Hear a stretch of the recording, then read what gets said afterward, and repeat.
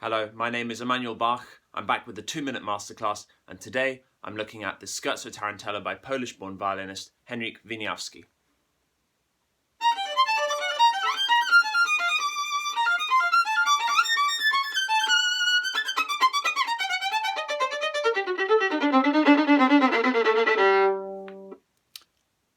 At first glance, Scherzo-Tarantella, the title, really means a combination of two things. Scherzo is something fun or even a joke.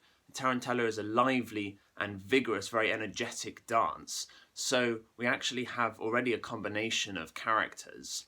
But for those of you who don't know about Wieniawski, probably non-violinists, he was actually on an equal footing with some very illustrious musicians of earlier ages because he worked in the employ of the royalty. He was, in 1860, appointed court violinist to the Tsar, and if we look back in the past, we can see comparable figures such as Lully, who was a musician for Louis XIV, J.S. Bach, who was working in the royal court of Curtin, and Haydn, who worked for Prince Esterhazy. So Wieniawski was clearly a violinist of huge merit, and by all accounts, he was an extraordinary violinist.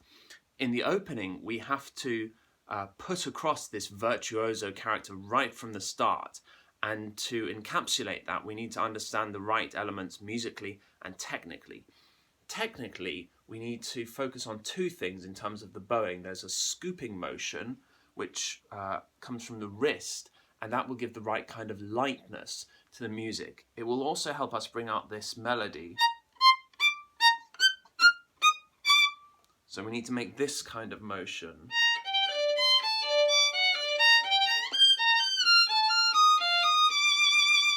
Scooping from the wrist. The second aspect is arm weight, which is very important in the chords. And then the other element is a musical element, which is the contrast with this wonderful lyrical tune, which really has to sound as heavenly as possible.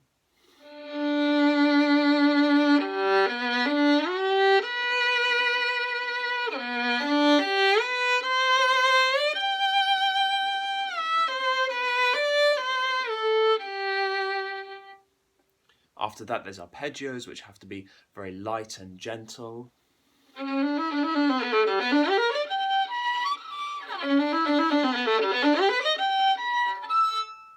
And so on. That's all.